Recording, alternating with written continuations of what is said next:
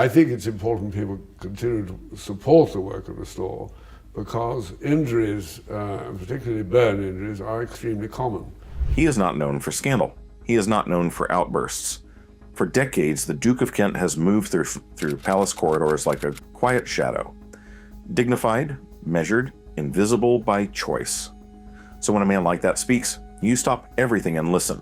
What he said about the crown jewels sent a shockwave through Buckingham Palace that no official statement has managed to contain. He did not whisper it. He did not walk it back. He said Catherine, not Camilla. Catherine, and just like that, a battle that had been simmering beneath the surface of royal life for years was finally out in the open. This is where it all begins. The man who never speaks. I have stood with you on many occasions, and yet each visit is as moving as the first. There is a particular kind of power that comes from staying quiet, not weakness, not absence. Power. The Duke of Kent has understood this for longer than most people inside that palace have been alive. While other royals chased headlines, gave interviews, and stumbled into controversies they could not climb out of, he stayed back, watched, said nothing. For decades, that silence was his armor, so when it broke, nobody was ready.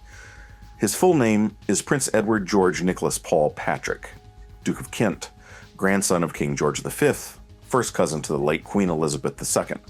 He is 88 years old, and he has spent nearly every one of those years inside the machinery of the British royal family, watching it from angles that most outsiders never get to see. He was there when the family was still processing the wounds of the Second World War. He was there through the marriages, the scandals, the divorces, and the quiet reshaping of what the monarchy was supposed to mean.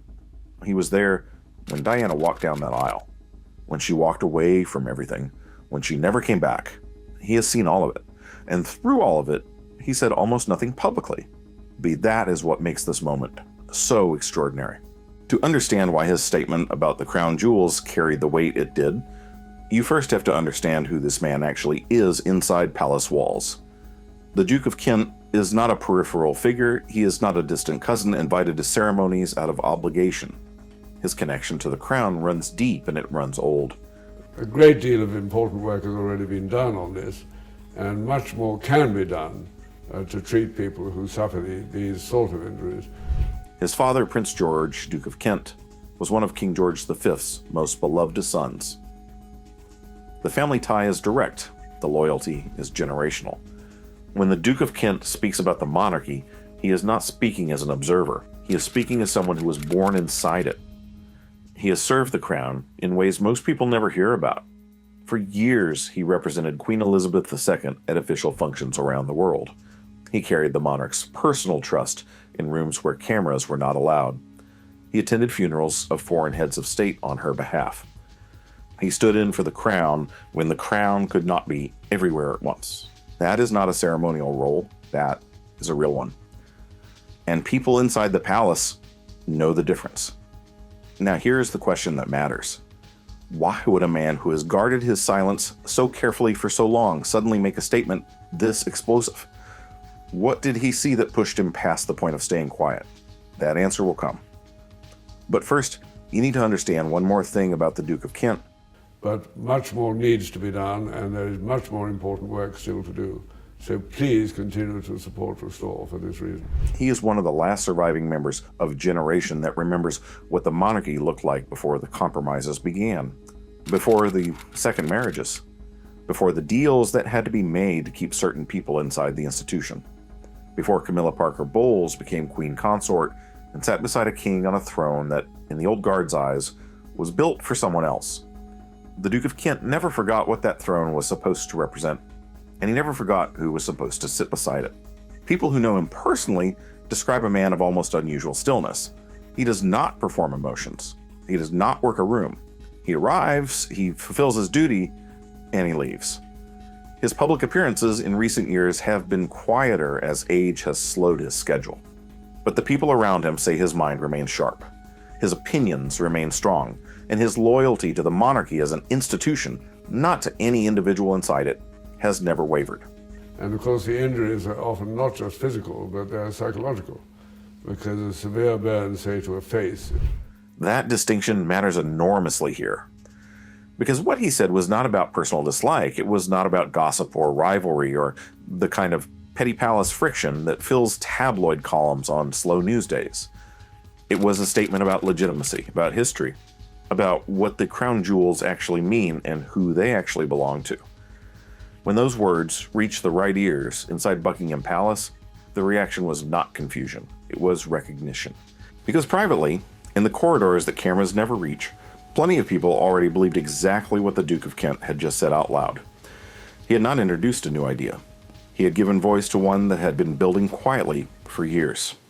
And once a man of his standing says something like that publicly, you cannot pretend it was never said. You cannot manage it away with a press release. You cannot ask a spokesman to clarify what he meant. The words were clear. The intention was clear. Catherine, not Camilla. So how did we get here? How did the British royal family arrive at a moment where one of its oldest and most respected insiders felt compelled to draw a line this publicly and this deliberately? The answer does not start with the Duke of Kent. It starts with the jewels themselves, with what they represent, with what they have always represented, and with the quiet war that has been fought over them for longer than most people realize. What he actually said. Post. And my father before that, so it does cover a good many years. I came into the presidency of this. Imagine sitting in a room full of people who have spent their entire careers choosing every word carefully. People who have been trained since birth to say nothing that could become a headline. People who understand that inside the royal family, silence is not just a preference, it is survival. Now imagine one man in that room deciding he no longer cares about any of that. That is the moment we are talking about. The Duke of Kent did not hold a press conference. He did not sit down with a journalist. He did not write an open letter or post anything on social media. What happened was quieter than that, and somehow, because of that, far more powerful. According to sources with direct knowledge of the exchange, the Duke made his position known during a private gathering attended by senior royal figures and long-standing members of the royal household. The kind of gathering that never makes the papers. The kind where the real conversations happen precisely because everyone in the room believes they are protected by discretion. He was not ranting, he was not emotional, he was calm and deliberate in the way that only someone who has thought deeply about something for a very long time can be. And what he said was this: the historic jewels of the crown, the pieces that carry the weight of succession and legitimacy, belong with the future queen. They belong with Catherine, not with Camilla. He did not dress it up. He did not soften it. He said what he meant. Now, here is what you need to understand about a statement like that inside royal circles. It is not just an opinion, it is a signal. When a man of the Duke of Kent's standing and generation says something this direct, he is not speaking only for himself. Men like him do not take positions like this in isolation. They speak when they believe the moment requires it. They speak when they sense that others feel the same, but will not say so. He was the voice of something that had been building quietly for a long time, and the people in that room knew it.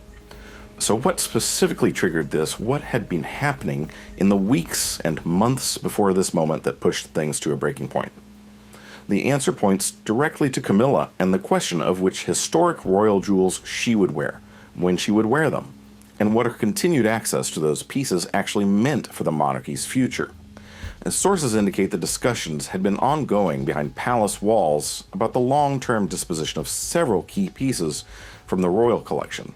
Not the crown jewels in the Tower of London, which belong to the state, but the personal pieces, the historic jewels that pass between royal women through generations, the ones that carry not just financial value, but symbolic authority. The Girls of Great Britain and Ireland tiara was at the center of it. That tiara has a history that goes back to 1893. It was made for Queen Mary. It passed to Queen Elizabeth II. It became one of the most recognizable symbols of British royal femininity in the world. When Elizabeth wore it, it meant something. When Catherine wore it on her wedding day in 2011, it meant something different but equally powerful. It meant continuity. It meant the future. And then Camilla wore it in 2024. That moment was not universally welcomed inside the palace. You and your brother both directly asked your dad not to marry Camilla. Yes. Why? We didn't think it was necessary. Publicly, no one said anything. The machinery of royal communication ensured that the narrative around Camilla and that tiara was managed carefully. Warm words were issued. Photographs were curated. The message being sent outward was one of seamless tradition, but inside, the reaction was different. Royal insiders noted a distinct unease among members of the household who understood the symbolic weight of what had just happened. One source described it plainly. There are pieces that belong to the institution and pieces that belong to the future. And not everyone agreed that Camilla wearing that tiara was the right message to send about either. She was the villain. She was the third person in the marriage. She needed to rehabilitate her image. The Duke of Kent was apparently among those who felt most strongly about it. Here is the core question underneath all of this. Who does the symbolic inheritance of the British monarchy actually belong to? Is it the woman sitting beside the current king, regardless of how she got there? Or is it the woman who will one day sit beside the future king, the one the public has already chosen in its heart? Because those are two very different answers, and right now they point to two very different women. It was necessary. We thought that it was going to cause more harm than good, and that if he was now... Camilla became queen consort through a marriage that came after decades of controversy. The British public did not embrace her easily.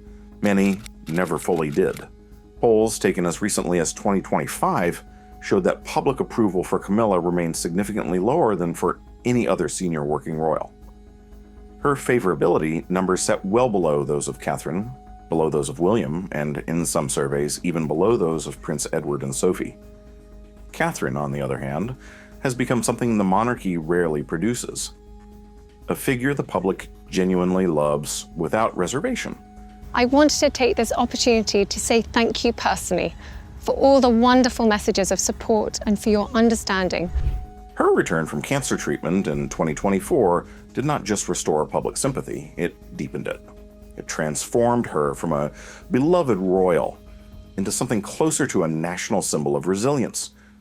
My medical team therefore advised that I should undergo a course of preventative chemotherapy, and I'm now in the early stages of that treatment. The affection the public showed her during that period was not manufactured. It was not managed by a communications team. It poured out of people organically, and it has not receded since. The Duke of Kent saw all of this, and what he said in that room reflected something simple and irrefutable. The public has already made its choice about who represents the future of this institution. The jewels should follow that choice. Now the palace faces a problem it cannot easily solve. You cannot publicly rebuke a man of the Duke of Kent's age, standing in loyalty without creating a story far bigger than the one you are trying to contain. You cannot dismiss his words as the ramblings of an out-of-touch elder without insulting an entire generation of royals who share his view. And you cannot pretend he did not say what he said, so the palace did what it always does when it has no good options. It said nothing. But silence from the palace is never truly silence. It is a decision, and decisions have consequences. The real question now is what happens to those jewels and to the women connected to them when the next transfer of power finally arrives. And to understand that fully, you have to understand what those jewels actually are, what they represent, and why the fight over them is about something far deeper than diamonds and gold. That is exactly where we are going next. The jewels that carry 1,000 years of power. Picture a room underneath the Tower of London. Stone walls, armed guards, bulletproof glass. Inside that room sits a collection so valuable, so historically loaded, that no single number can accurately describe what it is worth. Experts have attempted estimates. The figures range from £3 billion to numbers so large they stop feeling real. But here's the thing about the crown jewels that most people miss entirely. Their power was never about money. It was never about the diamonds or the gold or the weight of the metal.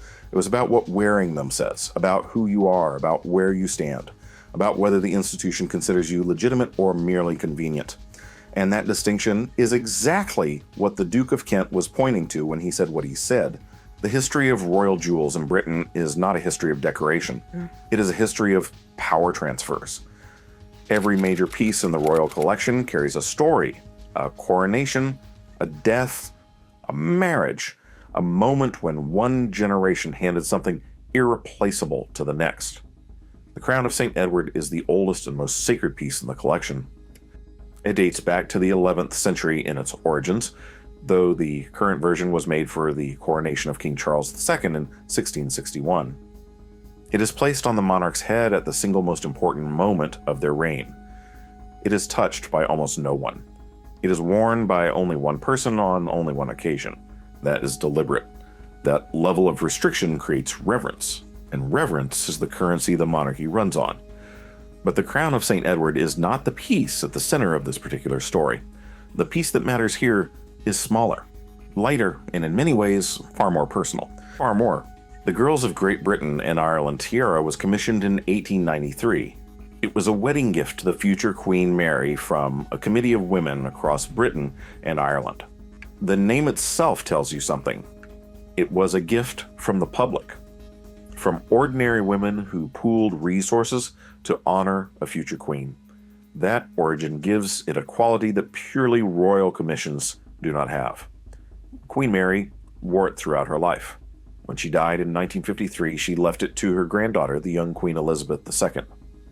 Elizabeth wore it on her own wedding day in 1947. She wore it repeatedly throughout her reign. It appeared on British currency for years. Generations of people grew up seeing that tiara as the defining image of queenly authority in this country. When Elizabeth died in September 2022, the tiara did not go to the state. It did not go to the Tower of London. It remained within the private royal collection, passed down, just as it always had been. And the question of who would wear it next became one of the most quietly watched questions inside royal circles. Catherine wore it first on her wedding day in April 2011. She was 29 years old. She was marrying the future king.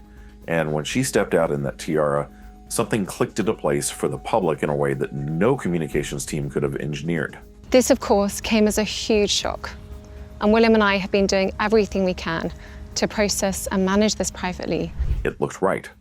Not because of how she looked physically, though that played its part, but because of what the moment represented. A young woman, a future queen, wearing a piece that had graced the heads of queens before her. The continuity was visible. The succession felt real.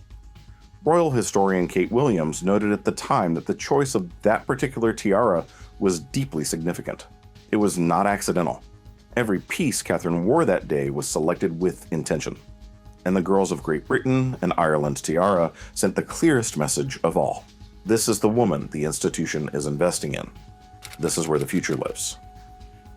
Now here is where the story takes a turn that nobody inside the palace was fully prepared for. In 2024, Camilla wore that same tiara. Let that land for a moment. The piece that Queen Mary received as a public gift. The piece Elizabeth wore throughout her reign. The piece Catherine wore on the day she entered the royal family as his future queen. Camilla wore it. Publicly, officially, at a state occasion where photographs would circulate worldwide. You wrote that she started a campaign in the British press to pave the way for a marriage, and you wrote, The palace presented it as a natural progression. Camilla is queen consort. She has access to pieces from the royal collection. There was nothing procedurally wrong with the decision, but procedure and symbolism are two entirely different languages inside the British royal family. And in the language of symbolism, what that moment communicated was deeply contested. Sources inside the royal household described quiet but genuine unease among long-standing members of the court. One insider put it plainly. There are pieces that mark a transition and pieces that belong to a specific line of succession. Not everyone agreed that line ran through Camilla. The Duke of Kent was apparently among those who felt this most strongly. Here is the core question underneath all of this. Can you separate a jewel from its history? Can you take a piece that was worn by queens in direct succession to the throne and place it on someone who arrived through a second marriage without changing what that piece means? The palace said yes. The Duke of Kent said no, and he was not alone. Because the jewels that carry 1,000 years of power do not simply sit on whoever wears them. They speak, they make arguments. They tell a story about legitimacy and succession that goes far deeper than any official announcement. What Camilla wore that day was not just a tiara, it was a statement. And the people who understood what that statement meant were already preparing their response. That response had a name, and that name was Catherine. Camilla's fragile Hola One. On the throne's symbols. There is a difference between wearing a crown and owning what it represents. Anyone can put on a piece of jewelry, but not everyone who wears something historic can make history believe them. That is Camilla's problem, not the jewels themselves, not the excess, not even the official title. The problem is deeper than any of that, and the people closest to the palace have known it for years. Start here. When Camilla Parker Bowles married King Charles III in April 2005, the wedding was deliberately low-key. No Westminster Abbey, no sweeping cathedral ceremony. A civil ceremony at Windsor Guildhall, followed by a blessing at St. George's Chapel. The restraint was intentional. The palace understood the public mood. Millions of people had never forgiven the affair. Millions more had watched Diana suffer and never forgotten who was on the other side of that suffering. But the moment that rehabilitation comes at the detriment of others, me, other members of my family. So the institution managed the moment where, carefully, titles were negotiated. Language was chosen with precision. Camilla would be known as the Duchess of Cornwall, not the Princess of Wales. That title carried too much weight, too much memory, too much Diana. Even the question of whether she would one day be called Queen was left deliberately vague for years. That vagueness told you everything. When Charles became king in September 2022, the question could no longer be avoided. The palace confirmed that Camilla would be queen consort, and with that confirmation came access. Access to royal residences, access to royal staff, access to the royal collection, including the jewels. On the surface, this seemed straightforward. She was queen consort. Queen consorts throughout history had worn pieces from the collection. The logic was clean and constitutional. But inside the palace and among the wider royal family, the reaction was more complicated. Because there is a category of jewels in the royal collection that carries a different kind of weight. These are not simply valuable pieces loaned out for state occasions. They are pieces tied directly to the line of succession. Pieces that passed from queen to queen through the direct royal line.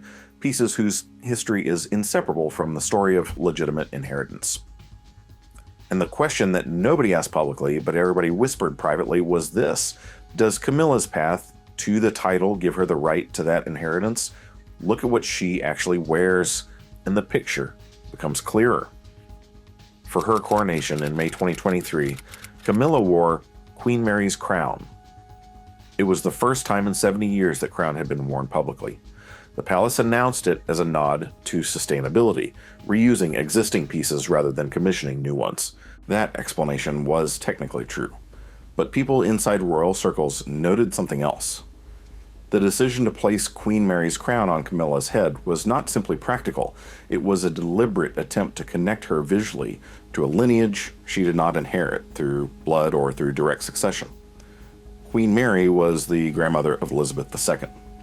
Her crown carried associations with one of the most respected periods of modern royal history. Wearing it sent a message. The palace was trying to anchor Camilla to a tradition she had not grown up inside. And not everyone in that family accepted the framing. Here is where the fragility becomes visible. Everything Camilla wears from the royal collection is borrowed in a way that Catherine's future access will not be. That distinction matters enormously. When Catherine eventually becomes queen consort, her access to the collection will come through direct succession, through William becoming king, through a transfer of power that follows the unbroken constitutional line stretching back centuries. Her right to those pieces will be structural, built in, undeniable. Camilla's access exists because Charles is alive and reigning. The moment that changes, everything changes with it. Royal author Penny Junor, who has written extensively about the Windsor family, noted that Camilla's position has always been contingent in ways that a naturally succeeding queen's position would not be. The foundation is Charles. Remove Charles and the architecture shifts entirely. That is not an opinion. That is a constitutional reality, and Camilla knows it. Sources close to the palace suggest that Camilla has become increasingly aware of how fragile her symbolic position actually is. She has watched William take over the Duchy of Cornwall. She has watched her sister Annabel Elliot quietly removed from the payroll. She has watched Catherine step into public roles with a confidence and public affection that no amount of official positioning can manufacture. And she has watched the jewel conversations play out in ways that consistently return to the same uncomfortable truth. The public does not see her as the natural inheritor of these symbols. Polls conducted throughout 2024 and into 2025 showed that public approval for the home she owned outright before she ever married Charles. She had described it publicly as her escape, the place where she felt most herself. She sold it. Think about what that means for a moment. The one property that was entirely hers, with no connection to Charles, no dependence on royal goodwill, no future negotiation required, is gone. Her long-term housing now depends on Charles's continued reign and William's future generosity. For a woman in her position, that is an extraordinary vulnerability to carry. One source described it simply. Camilla has tied every rope to Charles, and ropes tied to one post do not survive when that post is removed. So here's the core question that sits underneath this entire chapter. If Camilla's hold on the throne's symbols depends entirely on Charles, what happens to those symbols when William becomes king? The answer is not complicated. The jewels return to where succession says they belong. To the woman who arrives not through a second marriage built on decades of controversy, but through the direct, unbroken line that the monarchy has always followed. To Catherine, the Duke of Kent did not invent that reality. He simply said it out loud before anyone else was willing to. And the fact that his words sent shockwaves through the palace tells you something important. It was not the statement that disturbed people, it was how true it was. Catherine's rise and the transfer already in motion. Something shifted in the British public in the spring of 2024. It was not announced, no press release, no palace statement. It happened quietly, the way the most significant things always do. Catherine, Princess of Wales, stepped in front of a camera and told the world she had cancer. No script, no spin, no carefully managed distance between herself and the truth. Just a woman, a mother, speaking directly to the people who had been worrying about her for months. And in that single moment, she became something the monarchy had not produced in a very long time. Someone the public trusted completely. To understand the transfer of power that is already happening inside the palace, you have to start there. Not with the jewels, not with the titles, not with the constitutional mechanics of succession. Start with that moment, because that moment changed everything. When Catherine stepped back from public duties in early 2024 to undergo treatment, the monarchy felt her absence immediately. Events felt flatter. Coverage felt thinner. The warmth that she brought to public appearances, that particular quality of genuine human presence that cannot be faked or manufactured, was simply gone, and people noticed.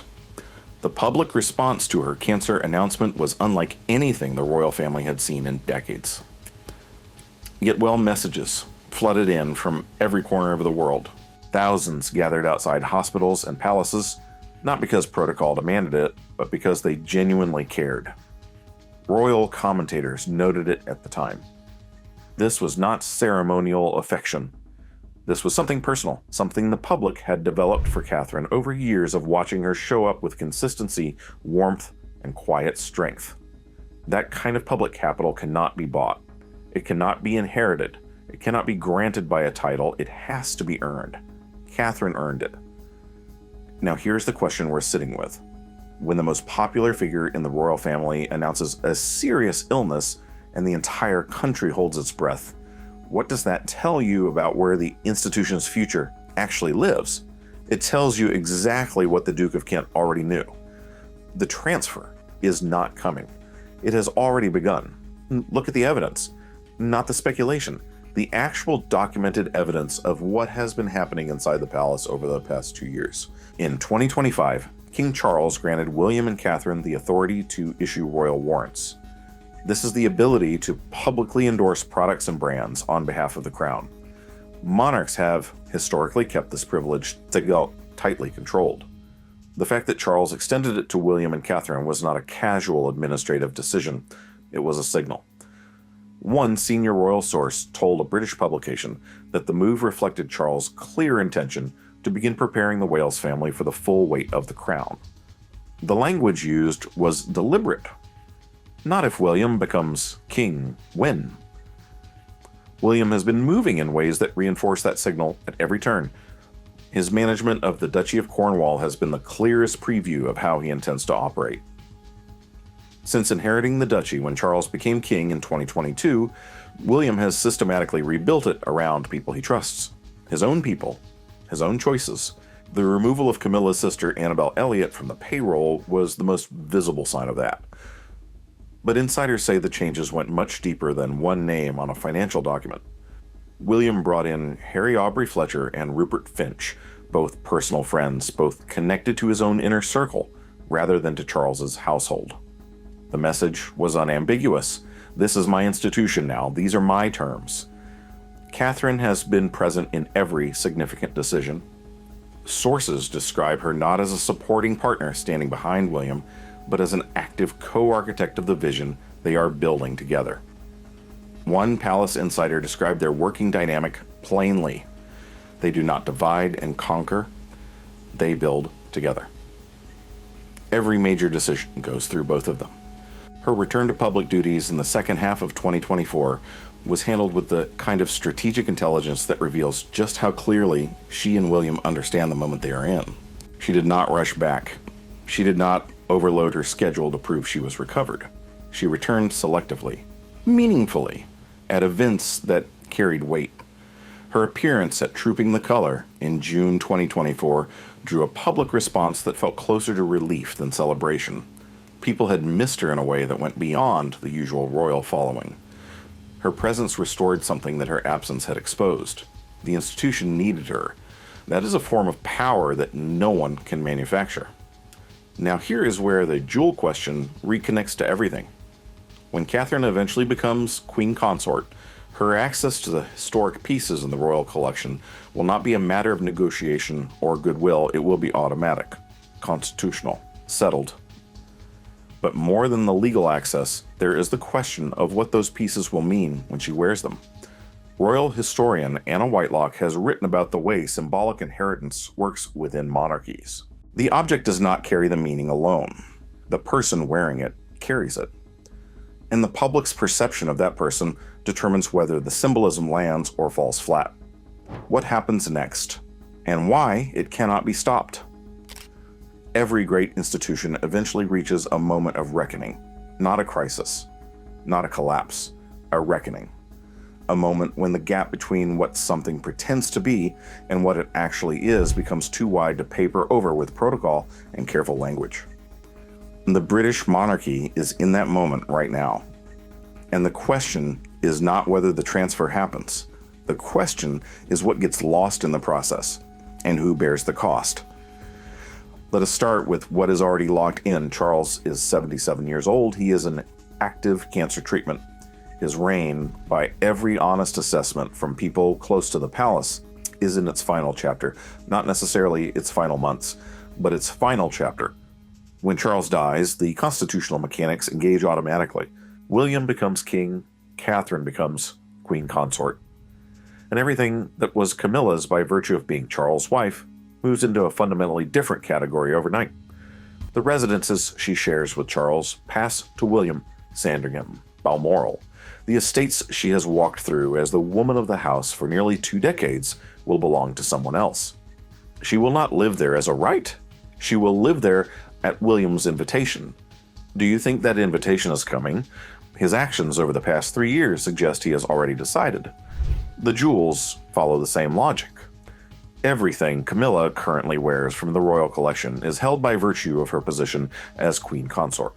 The moment that position ends, her access to those pieces changes entirely. Some pieces she will retain. Personal gifts from Charles, items that were given to her outright rather than loaned from the collection.